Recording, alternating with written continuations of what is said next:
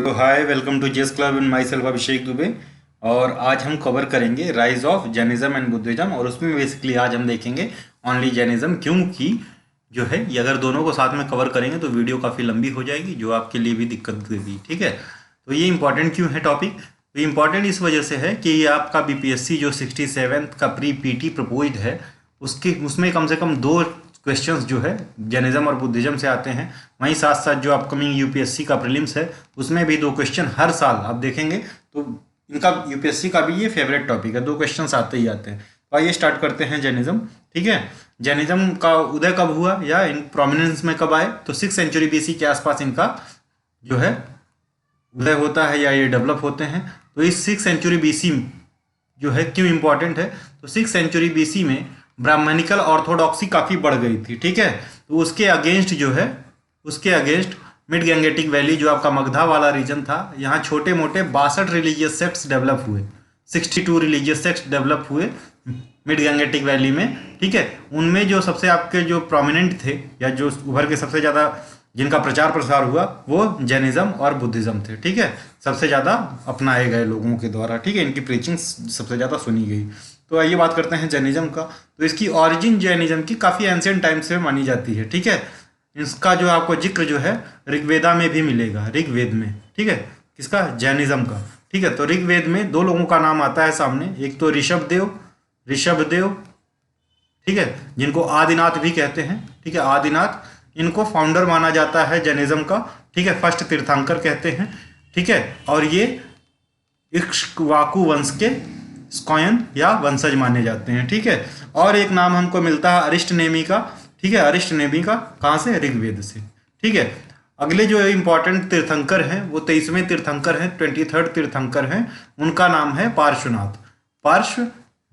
ठीक है, 23वें तीर्थंकर हैं और महावीर से लगभग 278 साल पहले इनका जो है पीरियड था। बेसिकली 700 से 800 बीसी के आसपास जो है इनका वो माना जाता है। ठीक है, पार्श्वनाथ जो है काशी के महाराज या वाराणसी के किंग जो थे उस समय, अश्वसेन उनके पुत्र थे, अश्वसेन। ठीक है, ये याद रखिएगा, अश्वसेन के पुत्र थे। इनका जो सिंबल है वो सरपेंट या सांप है। इनकी मूर्ति आप जब भी देखेंगे तो इनके जो है सर पे ऐसे मुकुट की तरह से 5 सांप घेरे हुए हैं। ठीक है, इनका सिंबल सांप है। ठीक है, तो ये 23rd तीर्थंकर थे पार्श्वनाथ। ठीक, तो इन्होंने 4 जो है कॉन्सेप्ट्स दिए थे, 4 कॉन्सेप्ट्स। आप जो है 5 ज्वेल्स देखते हैं बेसिकली जैनिज्म में, तो एक लास्ट में ब्रह्मचर्य वाला जो है, ब्रह्मचर्य वाला किसने जोड़ा था? महावीर ने। ठीक है, और पार्श्वनाथ के 4 कौन कौन से हैं? तो पहली बात अहिंसा है। ठीक है, अहिंसा यानी नॉन इंजरी, किसी को चोट नहीं पहुंचाना। ठीक है, दूसरा कौन सा है? सत्य या नॉन लाइंग, झूठ नहीं बोलना। अस्तेय यानी नॉन स्टीलिंग, चोरी नहीं करना। और अपारिगृह यानी नॉन पोजेशन ऑफ वेल्थ। ठीक है, ये जो है 4 टीचिंग्स जो हैं किसकी थी? ये 23rd तीर्थंकर जो है आपके पार्श्वनाथ, इनकी हैं। इसमें जो है 5वीं जो है ब्रह्मचर्य या सेलिबेसी को किसने जोड़ा? इसको महावीर ने जोड़ा, महावीर ने जोड़ा। ठीक है, तो ये ध्यान रखिएगा। He was the spiritual successor of कौन?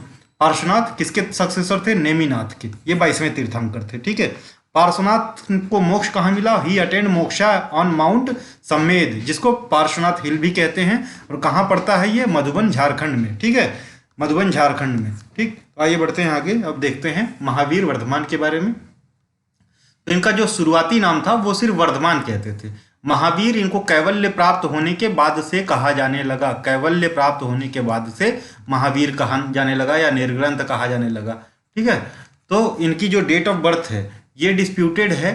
ठीक है, डिस्प्यूटेड किनके बीच में है? तो 2 सेक्ट्स हैं इनके इंपॉर्टेंट, श्वेतांबर जो सफ़ेद कपड़े पहनते हैं, जो वाइट क्लैड्स वाले, और दिगंबर जो कपड़े पहनते नहीं हैं। तो दिगंबर्स के हिसाब से ये वाली इनकी डेट ऑफ बर्थ है और श्वेतांबर्स के हिसाब से ये वाली है। ठीक है, 2 हमारी एनसीईआरटी जो है पहले ये मेंशन कर रही थी ये वाली डेट ऑफ बर्थ, लेकिन अभी तक जितने भी पीटी के एग्जाम्स हुए हैं सब में मान्य यही हुआ है, खासकर बीपीएससी और यूपीएससी में। ठीक है, यूपीएससी में तो ऐसे क्वेश्चन पूछते नहीं है 1 लाइनर, बीपीएससी में 599 527 वाला डेट माना जाता है, तो इसको आप जरूर ध्यान रखें। ठीक है, कहाँ पे इनका जन्म हुआ था? तो इनका जन्म कुंडल ग्राम नाम की जगह पे हुआ था। ये वैशाली के निकट पड़ता है।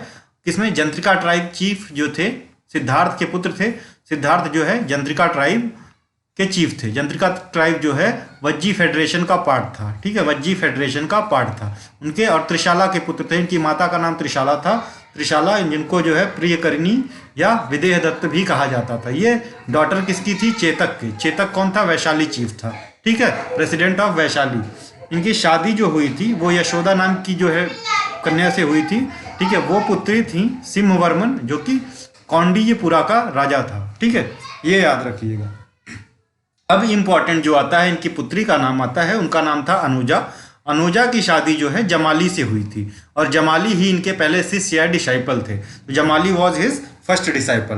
बाद में क्या हो चल के जो है जमाली और इनके बीच जो है कुछ डिफरेंस आ जाता है और जमाली एक नया सेक्ट का जो है फॉर्मेशन करते हैं, ठीक है, फॉर्मेशन ऑफ न्यू सेक्ट, ठीक है, जमाली का। तो ये याद रखिएगा, इनकी पुत्री का नाम अनुजा और दामाद का नाम जमाली था, ये याद रखिएगा। और जमाली ही इनका फर्स्ट डिसाइपल था। महावीरा ने जो घर छोड़ा था वो 30 वर्ष की उम्र पे छोड़ा था, ठीक है, और 22 साल तक जो है एसेटिक यानी साधु बन के रहे और कठोर तपस्या करते रहे। और 42 वर्ष की उम्र में जाके इनको साल ट्री के नीचे या on the bank of river Rijupalika under sal tree Jimbik ग्राम में इनको कैवल्य की प्राप्ति होती है, ठीक है। कहाँ पे होती है, तो रिजुपालिका नदी के किनारे जिम्बिक ग्राम में साल ट्री के, साल वृक्ष के नीचे इनको कैवल्य की प्राप्ति होती है 42 वर्ष की उम्र में। तो लगभग 12.5 वर्ष की जो है कठोर तपस्या के बाद इनको कैवल्य की प्राप्ति होती है, ठीक है। तो कैवल्य क्या है देखते हैं, ठीक है। तो इस तब जो इनको जो कैवल्य की प्राप्ति होती है इनको जीना या जितेंद्र कहा जाने लगा, जिसने अपनी इंद्रियों पर विजय प्राप्त कर ली हो। One who conquered his senses, ठीक है। और निर्ग्रंथ कहा जाने लगा जिनको जो सभी बॉन्ड से फ्री हो गया हो। कैवलिन कहा जाने लगा या कैवल्य, ठीक है, सुप्रीम ऑमनिसेंट मतलब, ठीक है। और अरहंत यानी ब्लेस्ड वन, महावीरा या ब्रेव वन, ठीक है। तो ये सारे टर्म्स हैं, ध्यान रखिएगा। सुप्रीम ऑमनिसेंट, अरहंत, महावीरा, ये सारे टर्म जो है इनको कैवल्य की प्राप्ति के बाद से मिले हैं, ठीक है। The details of the event कैवल्य जब इनको ज्ञान की प्राप्ति हुई आर डिस्क्राइब्ड इन द जैना उत्तर पुराण। तो जैना टेक्स्ट है उत्तर पुराण में और हरिवंश पुराण, तो ये पुराण है बेसिकली, हरिवंश पुराण, ये जैना टेक्स्ट नहीं है। तो दो जगह से मिलता है इन डिटेल कि इनको कहाँ पे साल ट्री के नीचे रिजुपालिका नदी के किनारे जो है जिम्बक ग्राम में कैवल्य की प्राप्ति हुई थी 42 वर्ष की उम्र में, ठीक है। ये यहाँ से हमको डिटेल मिलती है। इन्होंने लगातार 30 वर्षों तक प्रीचिंग दी, ठीक है, या टीचिंग्स दी। कितने साल के लिए, 30 ईयर्स के लिए। तो 42 में इनको कैवल्य मिला था, 30 ईयर्स के लिए दी। तो 72 में इनकी डेथ होती है पावापुरी में। कहाँ पे, पावापुरी। तो पावापुरी कहाँ है, नियर राजगृह। राजगृह के पास में पावापुरी है जहाँ पे इनकी डेथ होती है। और ये जो है जैना पिलग्रिमेज सेंटर है, बहुत बड़ा पिलग्रिम सेंटर है, ठीक है, या पूजन स्थल है, ठीक है, याद रखिएगा। Pavapuri near Rajgriha. Date of birth and place of birth of Mahavira is a matter of debate between Digambara और श्वेतांबर, ठीक है। तो उत्तर पुराण जो है दिगंबरा का टेक्स्ट है, इसमें मिलता है इनका डिटेल, और श्वेतांबर का कल्प सूत्र टेक्स्ट है, इसमें इनकी डेट कहाँ पर जन्म हुआ था, डेट ऑफ बर्थ की डिटेल मिलती है, ठीक है। डेट प्लेस ऑफ बर्थ का भी काफ़ी डिफरेंस है, ठीक है। तो वो हमको देखना नहीं है, जितना ये ऊपर दिया हुआ है कुंडल ग्राम नियर वैशाली, और ये वाला आप याद रखिएगा, ठीक है। चलिए बढ़ते हैं आगे। जैनाज की टीचिंग जो है, महावीर की टीचिंग के बारे में थोड़ा सा देखेंगे, कौन कैसे टीचिंग्स, क्या क्या इन्होंने टीचिंग्स दी। तो इन्होंने जो अपना पहला सरमन या उपदेश दिया था वो पर्वत का नाम है विपुलाच्छा, माउंट विपुलाच्छला, ठीक है। जैन टेक्स्ट जो है 11 ब्राह्मण्स ने डॉक्यूमेंटेड किए थे शुरू में, जो इनके जो प्रमुख जो है शिष्य थे, डिसाइपल्स थे।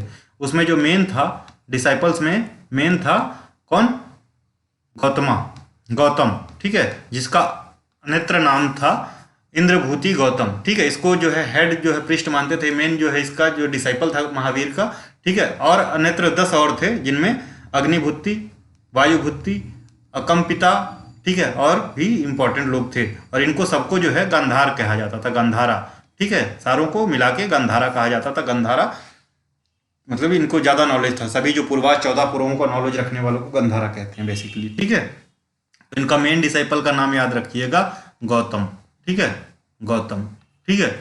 आगे चलते हैं। His teaching become known as गानी पिडागा। तो महावीर की टीचिंग्स को और क्या कहते हैं, गानी पिगाडा और जैन अगमाज, ठीक है। आगे देखेंगे इसको हम डिटेल में। According to the Kalpa Sutra Mahavira had 14,000 male ascetics devotees, 36,000 female devotees, ठीक है।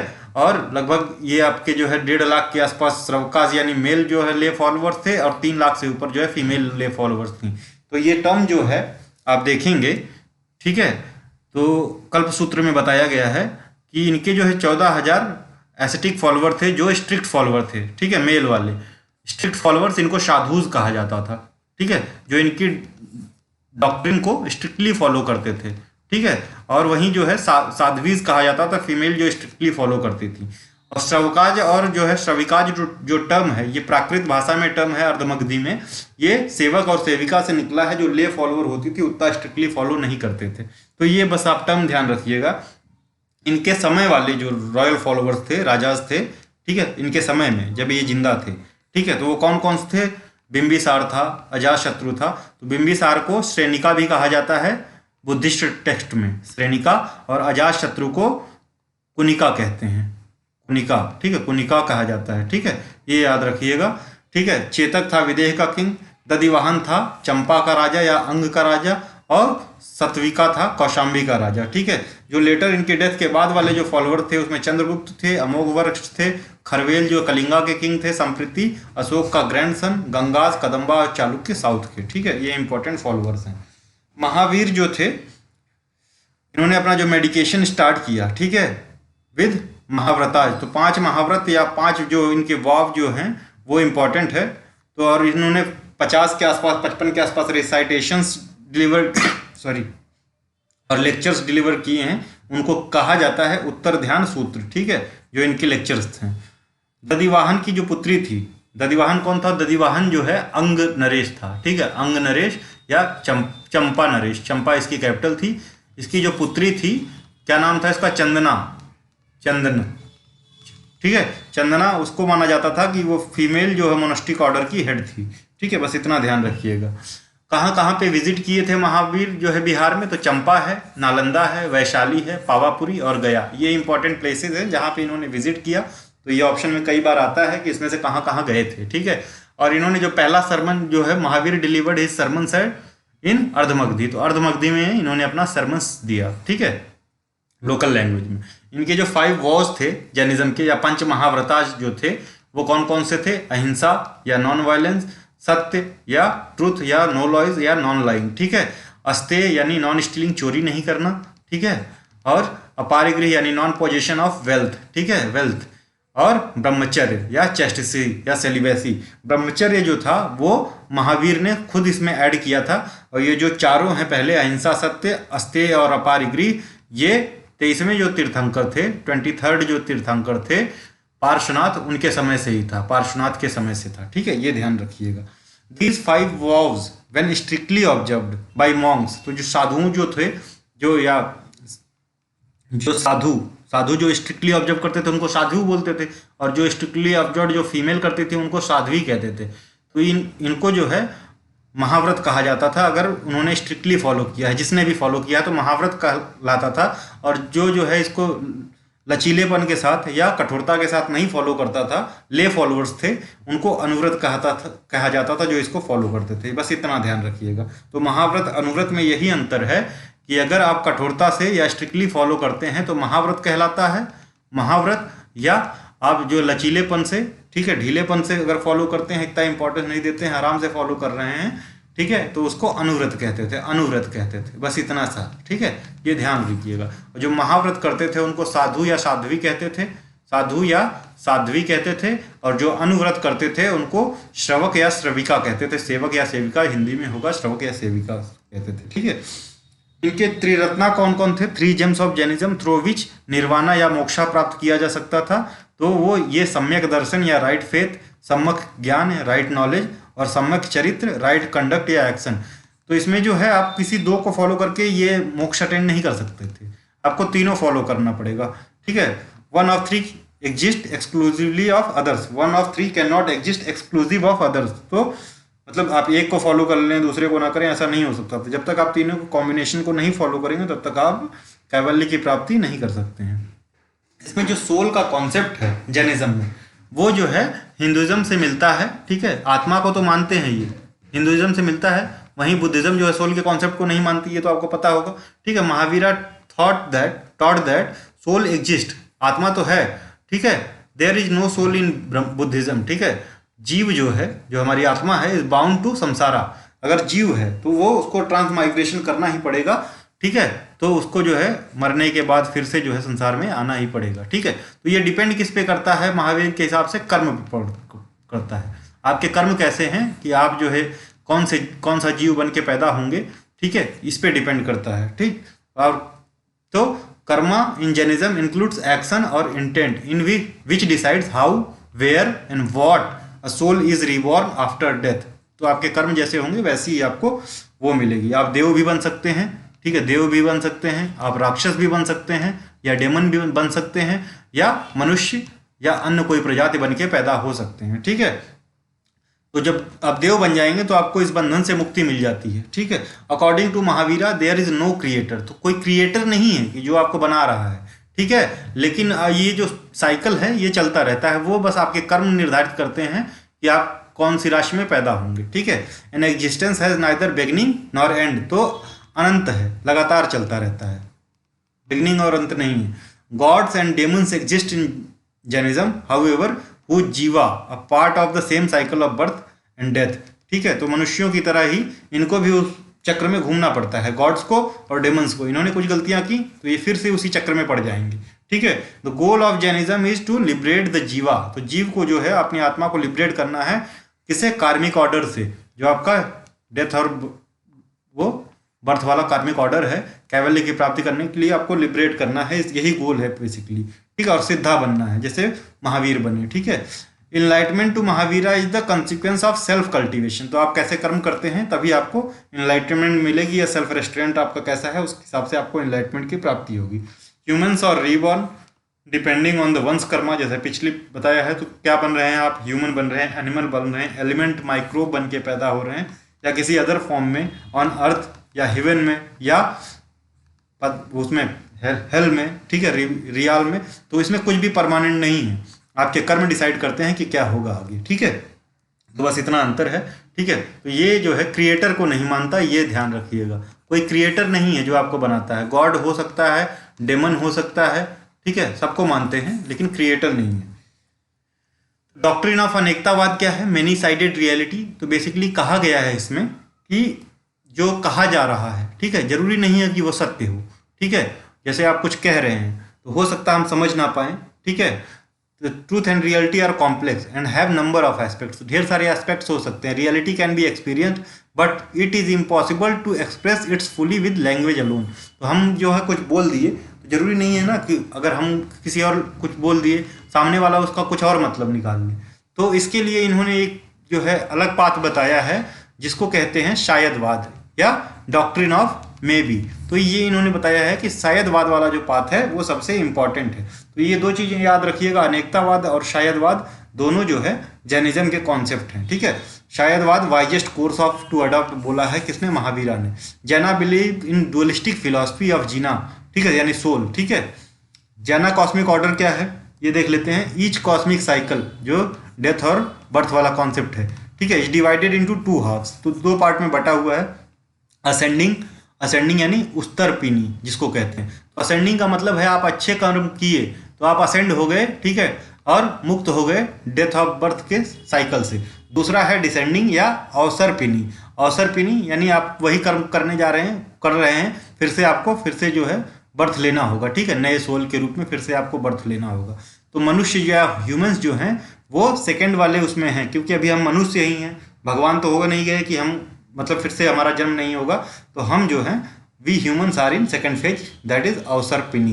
ठीक है, और अगर हम कुछ अच्छा कर्म करें तो हम असेंड हो जाएंगे उस उत्सरपिनी में। ठीक है, तो यही दो कॉस्मिक ऑर्डर हैं जैनास के। तो इनके सेक्ट्स और स्कूल्स देख लेते हैं। Jaina order has been divided into two major sects, that is Digambara और श्वेतांबरा। तो दो इनके मेन सेक्ट्स हैं या स्कूल्स हैं, दिगंबर ये और श्वेतांबर। तो इनका डिवीजन कैसे होता है? तो बेसिकली मगधा में एक जो है अकाल पड़ता है, ठीक है, फैमाइन होती है, ठीक है, लगातार 12 वर्षों तक चलती है। तो इस फैमाइन के चलते एक सेक्ट जो है, ठीक है, 12 साल की सेमाइन थी। एक सेक्ट जो है भद्रबाहु की लीडरशिप में साउथ की तरफ मूव करता है, और ऐसा भी माना जाता था कि इसमें जो है चंद्रगुप्त मौर्य भी गया था, चंद्रगुप्त मौर्य भी गया था साथ में भद्रबाहु के। ठीक है, ये भी ध्यान रखिएगा, इंपॉर्टेंट है। तो 12 साल का फेमाइन है, ये साउथ में रहते हैं और स्ट्रिक्ट ऑर्डर फॉलो करते हैं। भद्रबाहु वाले जो साथ में हैं, सॉरी, भद्रबाहु जो साउथ गया होता है, ये साउथ में स्ट्रिक्ट ऑर्डर फॉलो करते हैं। ठीक है, और ये जब फेमाइन खत्म होता है 12 वर्ष के बाद लौटते हैं, तो जो लोग मगधा में रुक गए थे, जो जैन को फॉलोअर मगध में रुक गए थे, साउथ नहीं गए थे, स्थूलभद्र के अंदर, तो जो यहाँ पे इनका लीडर था स्थूलभद्र के अंदर, ये काफ़ी लैक्स हो गए थे। ठीक है, लैक्स हो गए थे और कपड़े वगैरह पहनने लगे थे, क्लॉथिंग वगैरह करने लगे थे। तो इसकी वजह से ये डिफरेंस जो है काफ़ी बढ़ गया दोनों के बीच में, किसकी, भद्रबाहु और स्थूलभद्र के। भद्रबाहु वाले जो सेक्ट थे वो स्ट्रिक्ट ऑर्डर फॉलो कर रहे थे, स्थूलभद्र वाले काफ़ी लैक्स थे। ठीक है, कपड़े वगैरह जो मगध में थे, तो इसकी वजह से एक क्या काउंसिल बुलाई जाती है। After the end of the famine when southern group came back to Magadha under Bhadrabahu, the changed practice led to division of Jainism in 2 sects. तो एक काउंसिल बुलाई जाती है जिसमें दो जो है Digambar Monks of this sect believe in complete nudity, जो भद्रबाहु वाले होते हैं, भद्रबाहु वाले सेक्ट। ठीक है, male monks do not wear clothes while female monks wear unstitched, यानी बिना सिला हुआ कपड़ा वाइट जो है फीमेल मॉन्क्स पहनती थी, यानी फीमेल मॉन्क्स भी इसमें एडमिट की जाती थी, ऐसा नहीं है कि नहीं एडमिट कर, लेकिन वो अनस्टिच्ड बिना सिला हुआ कपड़ा पहनती थी। ठीक है, फीमेल मॉन्क्स, और मेल तो पहनते ही नहीं थे। सारे पांचों जो है महावीर के सत्य, अहिंसा, अस्तेय, अपारिग्रह और ब्रह्मचर्य को ये फॉलो करते थे। कौन, दिगंबर्स, दिगंबर्स जो है पांचों वॉज फॉलो करते थे, वहीं श्वेतांबर सिर्फ 4 करते थे। Believe women can not achieve liberation, तो शामिल तो कर लेते थे, लेकिन ये मानते थे कि ये विमेन लिबरेशन नहीं या कैवल्य प्राप्त नहीं कर सकती, इनको फिर से जो है जन्म लेना होगा और मेन या मेल बन के जन्म लेना होगा, उसके बाद जो है ये लिबरेट हो सकती हैं। ठीक है, भद्रबाहु इसका एक्सपोनेंट था इस सेक्ट का, कौन से, दिगंबर सेक्ट का। मेजर सबसेक्ट्स इसके कुछ हैं, ये हमेशा यूपीएससी पूछता है। तो मूल संघ, विषपंथ, तेरापंथ, तारापंथ और समैया पंथ, ये 2 सेक्ट्स हैं इसकी मेजर, और जो माइनर सेक्ट्स हैं वो गौतम पंथ है और तोता पंथ है। ठीक है, इसमें भी हल्के हल्के चेंजेस आ गए थे, तो इस वजह से मेजर और माइनर सेक्ट्स अलग अलग बचे दिगंबर के। ठीक है, तो ये याद रखिएगा, बहुत ही इंपॉर्टेंट है। तो इसमें क्या मानते थे, विमेंस को तो इंक्लूड करते थे, ठीक है, लेकिन ये मानते थे कि इनको जो है कैवल्य की प्राप्ति नहीं हो सकती जी, इनको फिर से जन्म लेकर किसके, मेंस की तरह जन्म या मेल जो है जन्म फिर से लेना होगा, उसके बाद इनको कैवल्य की प्राप्ति हो सकती है। ठीक है, बस इतना ही है। और इसके बाद श्वेतांबर के बारे में देखते थे, तो ये व्हाइट क्लॉथ पहनते थे और सिर्फ 4 जो है नियम फॉलो करते थे, ब्रह्मचर्य नहीं मानते थे। ठीक है, शादी कर सकते थे ये।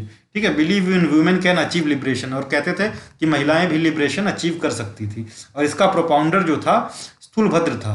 ठीक है, और मेजर सब सेक्ट थे मूर्ति पूजक, स्तनकवासी और तेरापंथी। ठीक है, तो स्तनकवासी कई बार जो है यूपीएससी पूछ चुका है। ठीक है, स्तनकवासी कौन थे, तो श्वेतांबर थे। ठीक है, ये याद रखिएगा, श्वेतांबर सेक्ट के इंपॉर्टेंट वो हैं। ठीक है, सब ग्रुप हैं, मूर्ति पूजक भी हैं, तेरापंथी, देखिए इन्होंने मूर्ति पूजा भी स्टार्ट कर दी थी। ठीक है, अब देखते हैं काउंसिल कौन कौन सी हुई। तो पहली जैन काउंसिल 300 BC में हुई, हेल्ड एट पाटलिपुत्र में। ठीक है, 3rd सेंचुरी BC में स्थूलभद्र ने इसको प्रिसाइड किया था। किसने, स्थूलभद्र ने, यानी श्वेतांबरा चीफ, जो श्वेतांबर सेक्ट का हेड था। ठीक है, सेकंड जैन काउंसिल वल्लभी में 512 AD में, काफी बाद में हुई थी, और देवरधि ने इसको प्रिसाइड किया था। ठीक है, फाइनल कंपाइलेशन ऑफ 12 अंगा और 12 उपंग का जो है इसी में वल्लभी वाली या सेकंड जो है जैन काउंसिल में हुई थी। और जो फर्स्ट बुद्ध ये जो काउंसिल जैना हुई थी, इसमें जो है स्थूलभद्र किया था इसमें, और भद्रबाहु जो है फाइनली नेपाल चले गए थे, छोड़ दिया था यहाँ सब कुछ। जैन लिटरेचर की बात करते हैं तो 14 पूर्वाज हैं जो ओल्ड टेक्स्ट हैं, जिसको जैना ने या महावीर ने खुद रिसाइट किया है। ठीक है, इसी को जो है आगे चल के इनके जो शिष्य थे वो 11 शिष्य 10 शिष्य जो थे, ठीक है, गांधाराज जिसमें गौतमा था, उन्होंने कंपाइल किया है in a council called by at Pataliputra. तो ये first council by Sthulabhadra, where 10 out of 14 Purvas, तो 14 पूर्वा में से 10 पूर्वों को फिर से अरेंज किया गया, किसमें, 12 अंग में। ठीक है, तो ओल्डेस्ट टेक्स्ट पूछ लिया तो पूर्वा है। ठीक है, ओल्डेस्ट पूर्वा है और न्यूएस्ट जो है अंगा है। ठीक है, तो 12 अंगों में जो है इनको फिर से कंपाइल किया गया, कहाँ पे, यहाँ पे 12 अंग कंपाइल किए गए। ठीक ठीक है, पहली वाली काउंसिल में। Both Shvetambara and Digambara called their sacred books Angam Siddhant. ठीक है, Shvetambara literature is written in Prakrit called Ardhamagadhi. तो किस में लिखी गई है? प्राकृत लैंग्वेज में, अर्धमगधी में लिखी गई है। इसमें जो क्लासिफाइड है 12 अंग, 12 अंगाज, 12 उपअंगाज, 10 प्रकीर्णन और 6 छेद सूत्र और 4 मूल सूत्र। ठीक है, कल्प सूत्र जो इनकी इंपॉर्टेंट बुकलेट है, सबसे ज्यादा रेफरेंस हमको कल्प सूत्र का ही मिलता है। ये जो चौथा जो है छेद सूत्र, 6 छेद सूत्रों में से चौथे छेद सूत्र का पार्ट है, और इसको जो है भद्रबाहु ने लिखा था, जो दिगंबर हेड था। ठीक है, तो अब बढ़ते हैं आगे। ये तो रहा इनके लिटरेचर के बारे में। तो और भी कुछ बुक्स हैं जैना की, जैसे अंतर कथा समग्र, इसको राजशेखर ने लिखा है। कथा रत्नाकर हेम विजय ने लिखा है। कथा कोश और पंचशती प्रबोध संबंध, ठीक है, इसको भी हेमचंद्र ने ही लिखा है। ठीक है, और परिशिता प्रवान और स्थाविरवली चरित्र हेमचंद्र ने लिखा है, स्थाविरवादीन के ऊपर। थेरावली बाई मेरुतुंग, ये साउथ का था। ठीक है, मेरुतुंग ने लिखा है। ठीक है, और पद्मचरिता बाई विमल शूरी। ठीक है, परमेय कमलम मार्तंड बाई प्रभाचंद्र। ठीक है, तो ये इंपॉर्टेंट बुक्स है, ये ध्यान रखिएगा, इसका स्क्रीनशॉट ले लीजिए। ठीक है, ये लिटरेचर वही हैं जिनको किया गया है, इसको आप स्क्रीनशॉट ले सकते हैं। ठीक है, बताया गया है कि अंगा और उपअंगा क्या है, इतना इंपॉर्टेंट नहीं है। कुछ जैन आर्किटेक्चर हैं इंपॉर्टेंट, वो देख लीजिए, क्वेश्चन में आ सकता है। तो जैसे जो एलोरा केव्स हैं, ठीक है, तो इसमें जैना और बुद्धिस्ट दोनों केव मिलती हैं। तो केव नंबर 30 to 35, 30 से 35 से लेके जैन केव्स हैं या जैना केव्स हैं, जो महाराष्ट्र के औरंगाबाद डिस्ट्रिक्ट में पड़ती हैं। ठीक है, एलोरा केव्स। वहीं मंगी तुंगी केव भी महाराष्ट्र में है, जो जैना केव हैं। गजपंथ केव जो है वो भी महाराष्ट्र में है, जैना केव है। उदयगिरी खंडगिरी केव्स हैं, कहाँ पे? उड़ीसा में। एक उदयगिरी केव और है, ठीक है, एमपी में, वो अलग है। हाथी गुम्फा केव, ये भी उड़ीसा में है। खरवेला के समय वाला जो हाथी गुम्फा इंस्क्रिप्शन है, यहीं से मिला है। सित्तन वसाल केव जो जैनिज्म से रिलेटेड है, वो तमिलनाडु में है। गोमतेश्वर या बाहुबली का स्टेचू कहाँ पे पड़ता है? स्वर्ण बेगोला कर्नाटक में, जहाँ पे ये दिगंबर्स गए थे फेमाइन के बाद में। ठीक है, स्टेचू ऑफ अहिंसा या ऋषभनाथ का कहाँ पे मिलता है? मंगी तुंगी हिल्स महाराष्ट्र में, ये वाला, यहाँ पे, ये इंपॉर्टेंट है। ठीक है, दिलवारा टेम्पल कहाँ पे है? बहुत फेमस है, माउंट आबू राजस्थान में। गिरनार में भी मंदिर मिलता है, और पालीटाना टेम्पल है यहाँ पे गुजरात में, इसी से रिलेटेड है, जैनों से। और मुक्तागिरी टेम्पल महाराष्ट्र में है। तो ये इंपॉर्टेंट प्लेसेस हैं इनके जैनिज्म के। ठीक है, अब देख लेते हैं जैनिज्म बुद्धिज्म से डिफर कैसे है। तो जैनिज्म रिकॉग्नाइज करता है गॉड को, ठीक है, बुद्धिज्म नहीं करता है। ठीक है, गॉड को रिकॉग्नाइज करता है, लेकिन बहुत अलग तरीके से करता है, हमने पिछले उसमें बता रखा है। Jainism does not condemn the varna system, वर्ण सिस्टम को कंडेम नहीं करता, कहता है वर्ना सिस्टम है, कोई बात नहीं, सब सही है। वाइल बुद्धिज्म डज, तो बुद्धिज्म वर्ना सिस्टम के खिलाफ रहता है। Jainism believe in transmigration of soul, तो मतलब जो ये जीवन का चक्र है सोल का, आत्मा का, उस पर विश्वास करता है, और पुनर्जन्म पर भी विश्वास करता है जैनिज्म। बुद्धिज्म नहीं करता है। Buddha prescribe the middle path, ठीक है, मतलब मध्य मार्ग बताता है, जो कि थोड़ा सरल होता है। और Jainism advocates his followers to even completely discard the clothes, ठीक है, जो कि बहुत कठिन होता है। इस वजह से जो है, आप आगे चल के देखेंगे कि जैनिज्म जो है उतना जो प्रभावशाली नहीं रहा जितना बुद्धिज्म हुआ, क्योंकि बुद्धिज्म में बाद में भगवतिज्म का भी वो थोड़ा सा प्रभुत्व दिखने लगा। कब से? गुप्ता पीरियड के टाइम से। इसमें जो है हिंदू गॉडेस को मानने लगे कि, और बुद्ध को मानने लगे कि जो है विष्णु का ही अवतार है। ये सारी चीज़ें आपको बाद में देखने को मिलेंगी। ठीक है, तो ये रहा आज की वीडियो।